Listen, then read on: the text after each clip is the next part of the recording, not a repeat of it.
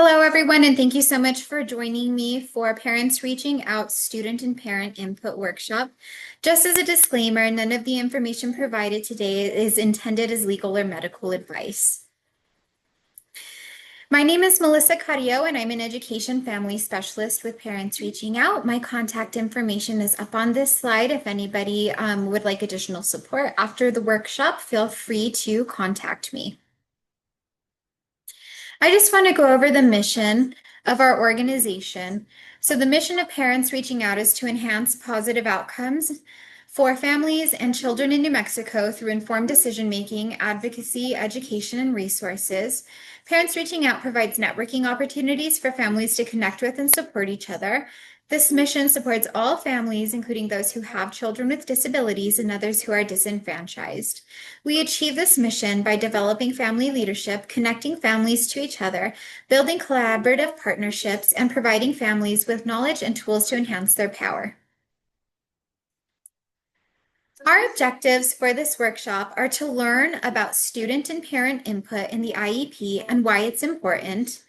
We'll learn tips for sharing parent and student input during IEP meetings, and we'll also learn ways to share input utilizing tools such as the parent report, the parent concerns with proposals tool, and the family proposal worksheet.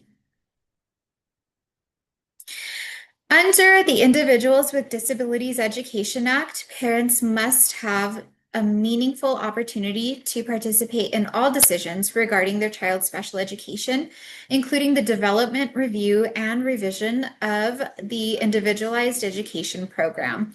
This means parents should be actively involved, not just passively informed, and their input should be considered and, when appropriate, incorporated into the IEP.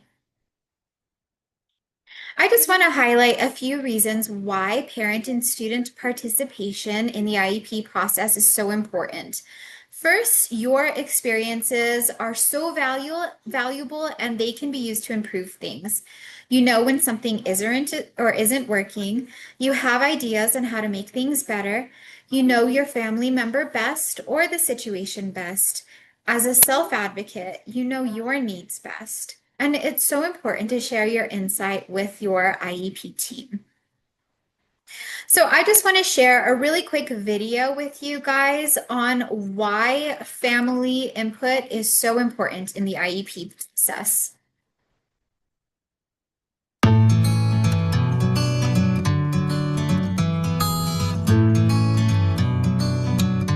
The importance of parent and student participation in the IEP process cannot be overstated. In fact, IDEA was drafted with the intention of having a full and meaningful partnership with families. Here are some important factors to keep in mind when approaching parent and student participation in the IEP process. Parent and school partnerships are essential. Parents know their child best. Students should always be included in the IEP process as this increases their engagement.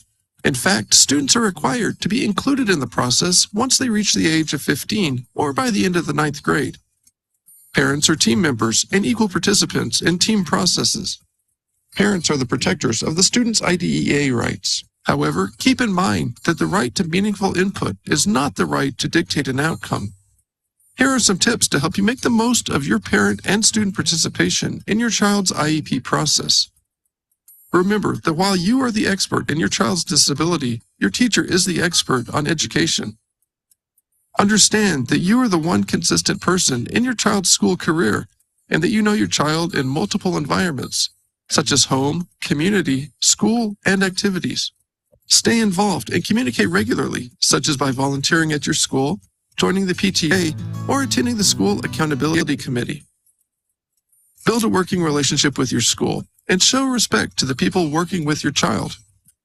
Remember that negotiation is part of the process. Figure out your must-haves for the year and be prepared with data to back this up. Prepare to handle emotions that may arise during the process. For instance, pre-planning may reduce the likelihood of an emotional response. If you know that you are going to cry, have a plan in place to make your voice heard, such as by bringing in a friend to take notes. And above all, remain focused on your child's needs. Remember, this is about the student, not the adults in the room. Don't miss the other videos in this series to continue. Okay, so I just wanted to highlight a few tips for sharing parent and student input. So as we heard in the video, we want to make sure that we really keep it meaningful. We want to keep it focused on the child. Make your language polite and professional. Use facts as much as possible if you have data or documentation that you can share with your IEP team. That's really helpful. Discuss what strategies are working. Clearly state your concerns and also give recommendations. So we're going to be going over 3 tools to help you guys share your input with your IEP teams. And these are going to include the parent report, the parent concerns and proposals tool, and the family proposal worksheet. So first, we're going to talk about the parent report. Preparing a parent report can be a very powerful tool, and as you write your parent report, you will better understand your child and their needs. Writing your parent report will help you to prepare your child to share your child's strengths, positive points, their areas of concern, with other members of the IEP team, and this activity can actually help empower you to better advocate for your child. Your report will give the team an overall view of your child and your assessment of their present levels of academic achievement and functional performance. It should also include your dreams for your child's future. Near the beginning of the meeting, the first report to be considered by the IEP team should be the parent report. And the best time to do this is usually after introductions. So it's important for parents to have their report treated in the same manner as teachers or therapists and have it added to the IEP or to the student's file. Your parent report should be used as part of the student profile or their present levels of academic achievement and functional performance in the IEP. And so on the next slide, we're going to take a look at just different things to consider when preparing your parent report. So you're going to want to share your hopes, dreams, and goals for your child. So you can think this school year, but also think beyond that. You want to make it really robust. So maybe 5 years from now, or even 10 years from now, what are your hopes and goals for your child? Or what are your hopes and goals for yourself if you were filling this out as a self-advocate? You also want to list your child's strengths and their positive points. Share any issues or challenging areas for your child. What do they like to do at home? Are there things that they dislike doing? Does your child like to play with other children? Do they prefer to play alone? What kind of positive reinforcement or rewards might you use at home that are helpful? And then what type of communication do you prefer to be utilized to help build those really good partnerships between you and the school? So we're just going to take a look at this together. This one's already completed. So this parent, for their hopes, dreams, and goals for their child, they hope that their child can find meaningful employment in the computer field. Their hope is that their child has a few close and supportive friends. And they also hope that their child can be able to find suitable living arrangements in the future. For their child's strengths and positive points, they listed that their child is good at kicking the soccer ball, he's very curious, and he's good with science facts. So for the child's challenging areas, the parent shared that their child will only wear one type of clothing, labels bother him, and they just also listed that that's a sensory issue. He is easily distracted by noises and others around him. He's afraid of large crowds or open spaces, and he has non-compliant behavior, especially when he's in large groups. And they also shared that at home, their child likes to play computer and video games. He likes to set up military scenes and play them out in his mind. And that he doesn't like chores outside, and he gets really angry when he's asked to change activities.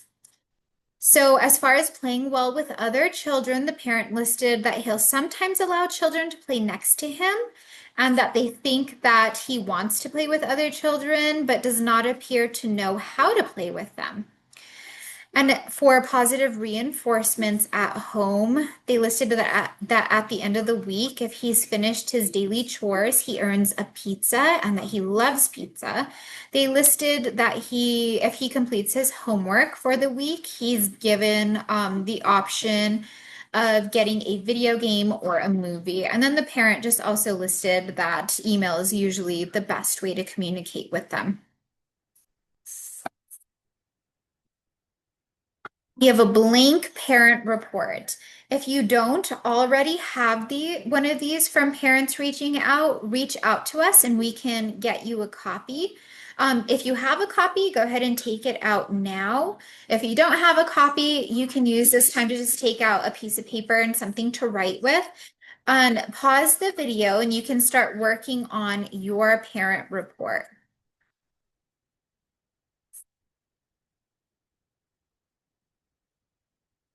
All right, so the next tool that we're going to be talking about is a parent concerns and proposals tool. So in addition to your parent report, you'll also want to make a list of your concerns with your proposals for your IEP team to consider. Your concerns and proposals should be directly related to the items that you included in your parent report. Taking time to write a list of your concerns about your child and their educational program helps you prepare for discussions at the meeting. As you make your list, think of ways that you want the team to address each concern. And these would be considered your proposals for the meeting. Preparing your concerns and proposals list before the meeting allows you to concentrate on what's being said by other team members. And you can still be certain that you won't forget any of your concerns or proposals. We also recommend that you attach a copy of your concerns and proposals list to your parent report and request that this information be included in your child's file or their IEP. Each proposal should be addressed in writing, either in the IEP itself or in the prior written notice document. So I'm just going to show you guys an example of a completed parent concerns and proposals tool. So if you just notice, there's different sections just for different areas like social skills, academic areas, and behavior. But this one's already completed, so I just want us all to look at how the parent completed this. So for their concerns in regards to their child's social skills, this parent said that they were concerned because their child wants to have friends. However, he lacks understanding of social cues. He does not understand why his classmates don't want to play with him. And there have also been some unhappy incidents on the playground at school. And he's sent to the principal's office 3 to 4 times a week. So I want us to keep this in mind. So all of the concerns and proposals that we write on this form, they're going to help us fill out the other tool that I'm going to show you guys in the next couple of slides.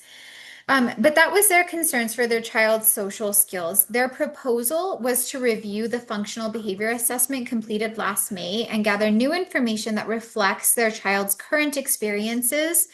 And within 1 month of the IEP meeting, they want to reconvene the IEP team to develop a behavior intervention plan that includes positive behavior supports.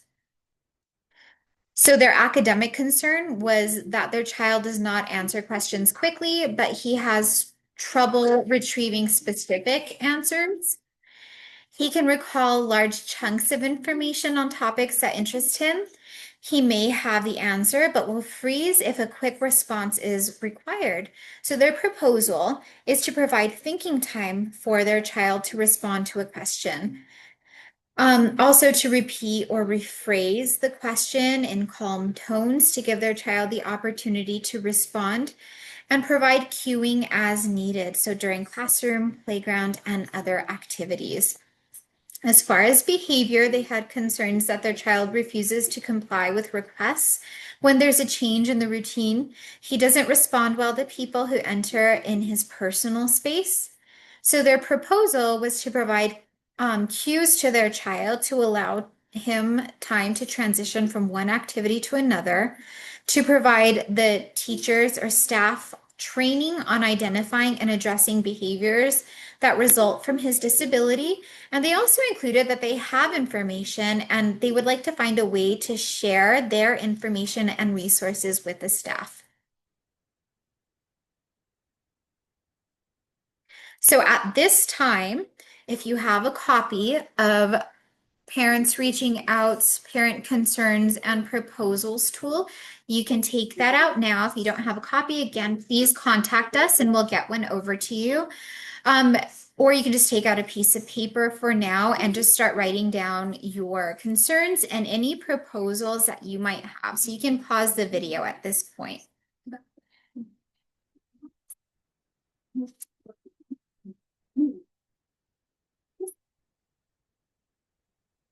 Tool that we're going to be talking about is the Family Proposal Worksheet. So this is used as a tracking tool during the IEP meeting. We sometimes recommend that you ask a friend or family member who knows your child to attend the meeting with you. We also recommend just giving the school a heads up if you are going to have somebody attend with you.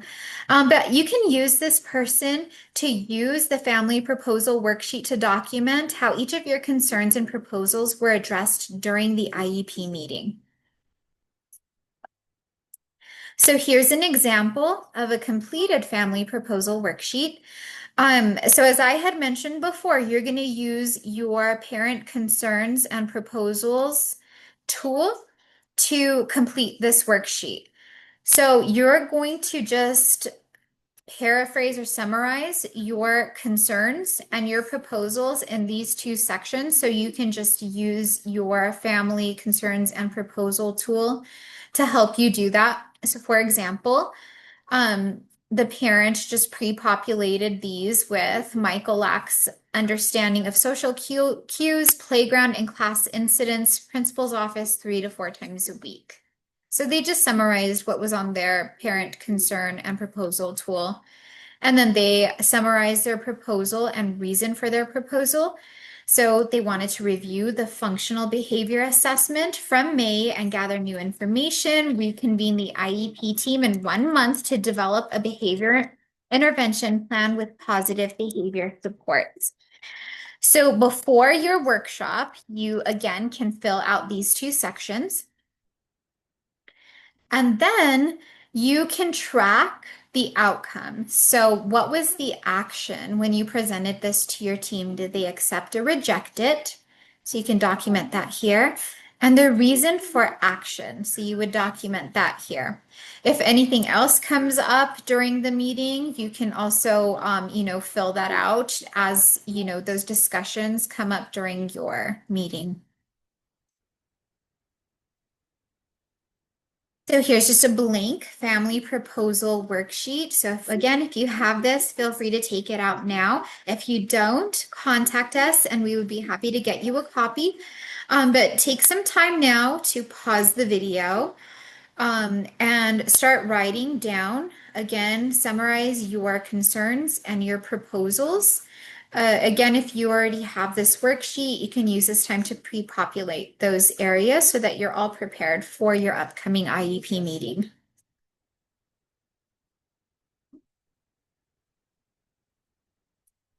All right, so our key takeaways for this workshop, we learned that parent and student input plays a critical role in IEPs. We learned that preparing ahead of time, utilizing tools such as the parent report, the parent concerns and proposals tool, and the family proposal worksheet can help communicate input more effectively. We also learned that your voice really matters and it makes a difference for your child. If you have any questions or if you would like to schedule an IEP preparation meeting with one of our family specialists, feel free to contact us and I'll be sharing our contact information with you and we can set up a time to meet to help you prepare for your upcoming meeting. I just wanted to share some resources that we use to prepare this workshop. So I listed Parents Reaching Out's handbook, and then also the video was from the ARC. And here's our contact information. If anyone is interested in additional support, please feel free to contact us. Thank you.